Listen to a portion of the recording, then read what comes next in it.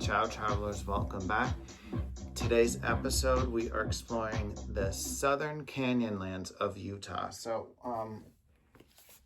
One of my best friends, Camille and Zach, they decided to go on a trip to the canyons of Utah in the national park. So, I have this book, Epic Drives of the World.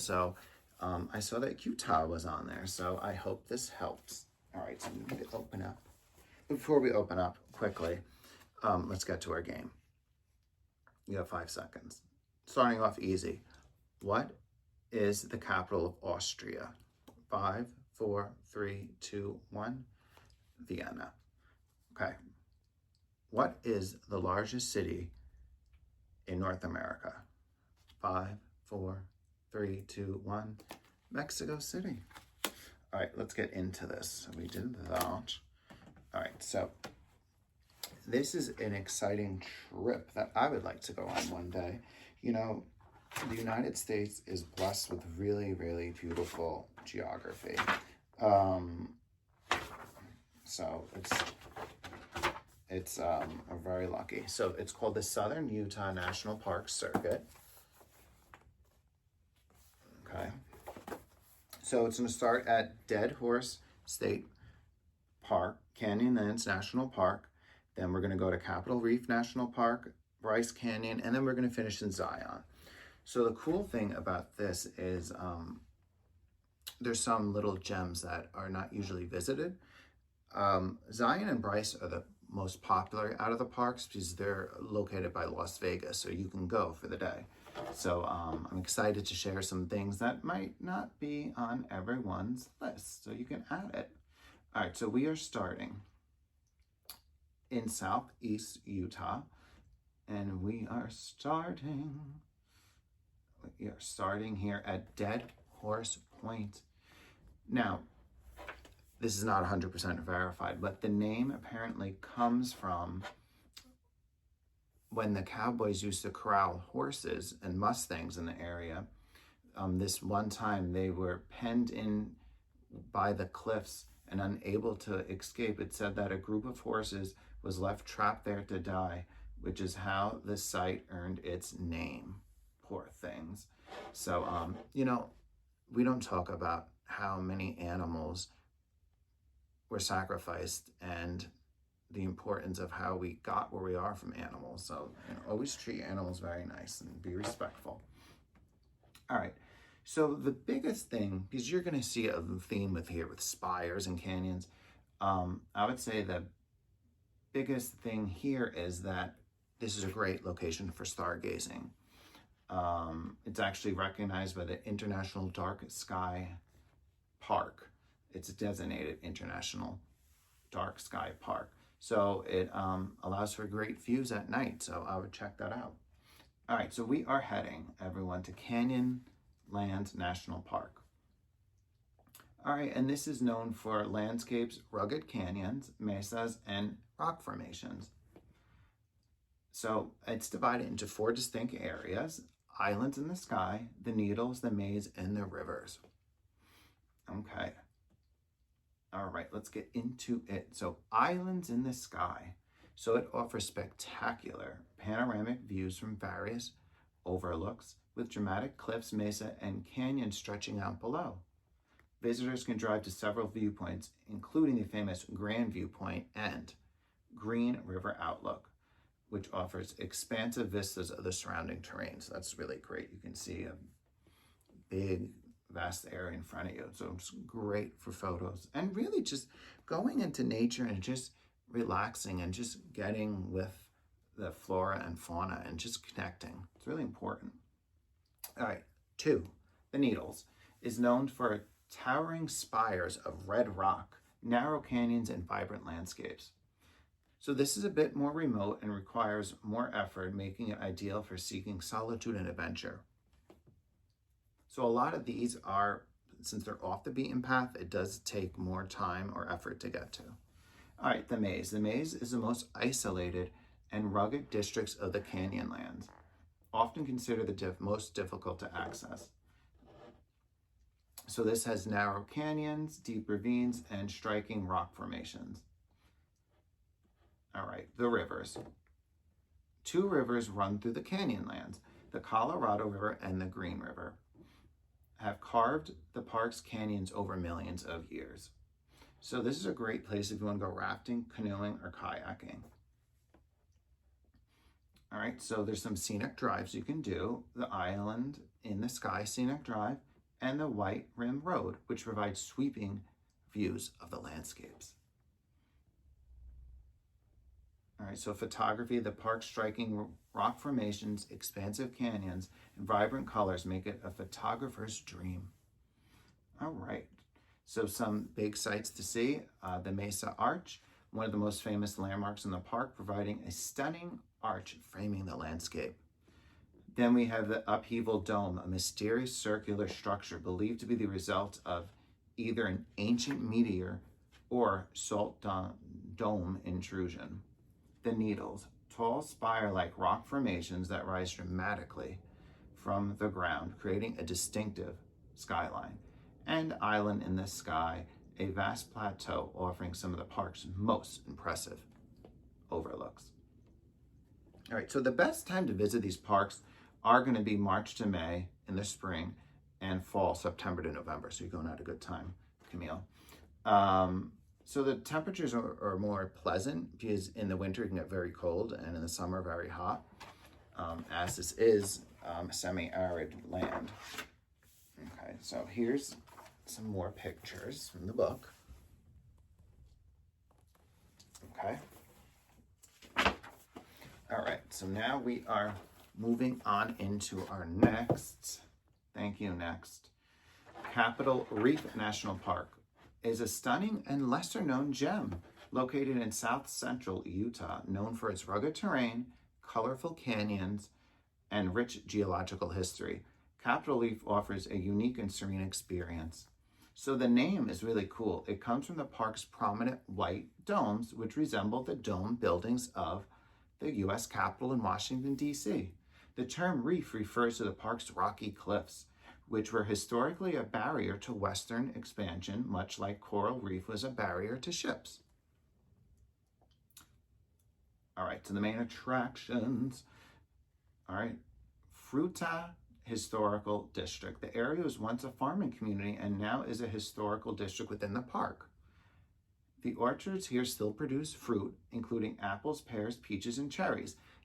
The Gifford House, an old farmhouse in the district, serves as a museum and a place where visitors can sample fruit, pies, and preserves. There we go. That's a fun place. I love pies. I might make a strawberry rhubarb pie with my mom for Easter, FYI. All right, Scenic Drive, the waterfall, the water pocket full, towering cliffs and rugged canyons.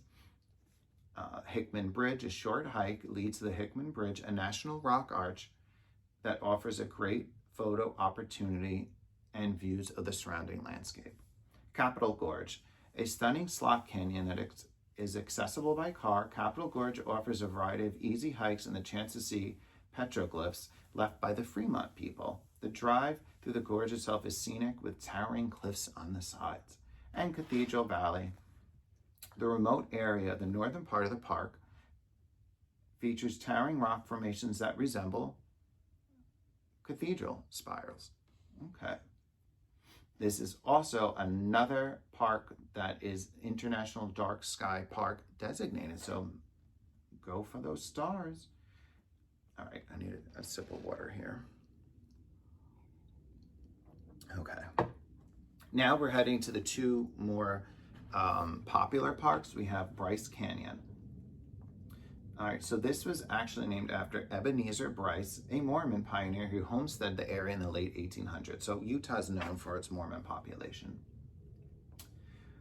All right, the park, and I had to Google how to say this, hoodoos. The park is known for their hoodoos, which are spire-shaped rock formations created through a process of erosion and frost wedging. All right, main attractions, Bryce Amphitheater. This is home to the most iconic hoodoos. Popular viewpoints like Sunset Point, Sunrise Point, and Bryce Point offer breathtaking panoramas of the amphitheater and its maze of spires, cliffs, and rock formations. All right, so again, we talked about the Hoodoo, so Google that and see where that is. Again, they said the Bryce Amphitheater. There might be other locations.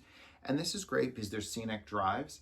The Bryce Canyon Scenic Drive is an 18-mile route that offers multiple stops at viewpoints with panoramic vistas of the canyons, hoodoos, and surrounding landscapes. Some of the best overlooks on this drive include Inspiration Point, Rainbow Point, and Yabimpa Point. I hope I'm saying that right. If you like hiking, there's some hiking trails. This is a short one, and it's moderately short, 1.3 miles. I can do that. It's called the Navajo Loop Trail, and it takes you down into the canyon to view the iconic Thor's Hammer and other hoodoo formations. The hike is one of the most popular in the park, as you can tell, like the name Hoodoo. There's also Queen Gardens Trail, Peekaboo Loop Trail, 5.5, and it's challenging. Fairyland Loop Trail and Rim Trail. So you can Google those trails if you're excited for hiking. And again, the stargazing. And last but not least, we're off to Zion. Again, with the religious theme in Utah, it was named after the biblical term Zion, which means a place of peace and refuge. All right. So the main attractions are Zion Canyon is the heart of the park and home to the most famous landmarks, Angel's Landing, the Narrows, and the Great White Throne. So Angel's Landing is a challenging and exhilarating 5.4-mile trail that takes you to the narrow rock spires offering panoramic views of the park. The Narrows. This is one of the most popular and unique hikes and involves wading and sometimes swimming through the Virgin River as it goes through the canyon. Here we go, Canyon Overlook Trail, 1 mile. Spectacular trail, the Canyon Overlook Trail provides stunning views of Zion Canyon, including a great view of the Great White Throne.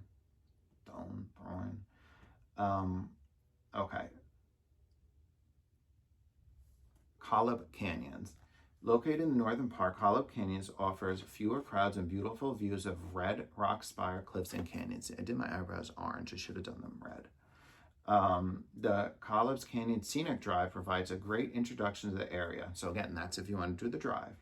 Emerald Pools Trail is one of the most popular hikes. And it's relatively easy route to reach 3 stunning pools set against towering red cliffs. And the Checkerboard Mesa. A unique geological feature in Zion, the Checkerboard Mesa is a large sandstone formation with grid-like pattern, the result of erosion and wind patterns. It's a popular stop for photography and a striking example of the park's unusual geology. All right, so before we sum it up, just if I didn't mention this, there's 2 scenic drives, Zion Canyon Scenic Drive and Collab Canyon Scenic Drive, if you want to look that up, because again, we're talking about world scenic drives. And this is another great place for stargazing, as it's the International Dark Sky Park. Okay, so I really hope you enjoyed this episode that I deal with Utah. It's summer, I want to go. I've been to Las Vegas, been to Grand Canyon, but this is somewhere I would like to go. Camille, I hope this helps. All right, you know what? I just need to get new cards, and then we need to hit the freeway. Okay. Lemurs are native to what island nation? 5, 4, 3, 2, 1, Madagascar. All right. Let's see. All right. No, this should be easy. Okay. The TV series Friends was set in which New York borough? 5, 4, 3, 2, 1, and that is Manhattan. Okay. I don't even know what that means. Let's do one more. Let's see, one more. We have time for one more. Okay. Okay. Which U.S. state does key lime pie come from? 5, 4, 3, 2, 1, and it is Florida. Okay.